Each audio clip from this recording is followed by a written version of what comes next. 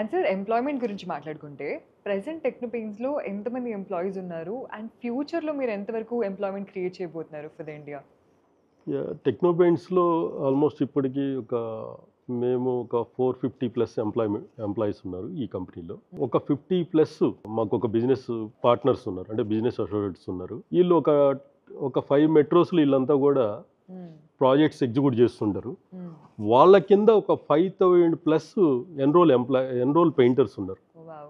ఒక 5000 plus enrol painters work చేస్తుంటారు. హ్మ్. డైలీ అన్ని మెట్రోస్‌లో కలిపి హ్మ్. ఒక 5000 మంది పెయింటర్స్ డైలీ హ్మ్. మా కంపెనీ కింద ఎన్రోల్ పెయింటర్స్‌గా పనిచేస్తూ ఉంటారనమాట. హ్మ్. వీళ్ళని ఎగ్జిక్యూట్ చేయటానికి ఒక 50 ఒక బిజినెస్ అసోసియేట్స్ ఉంటారు. హ్మ్. అది కాకుండా ఇప్పుడు సౌత్ ఇండియాలో మేము ఒక కొత్త ఎస్‌బీ ఒకటి స్టార్ట్ చేసాం. హ్మ్.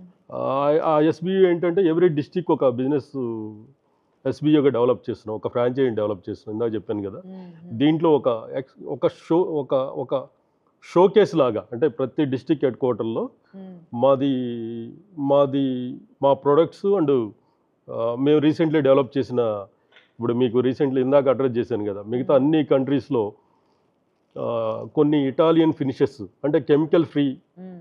ఫినిషెస్ చాలా వచ్చినాయి అని చెప్పాను కదా! అవును. అది ఫస్ట్ మేము ఏం చేస్తున్నామంటే ప్రతి డిస్ట్రిక్ట్ హెడ్ క్వార్టర్‌లో దాన్ని షోకేస్ చేయబోతున్నాం.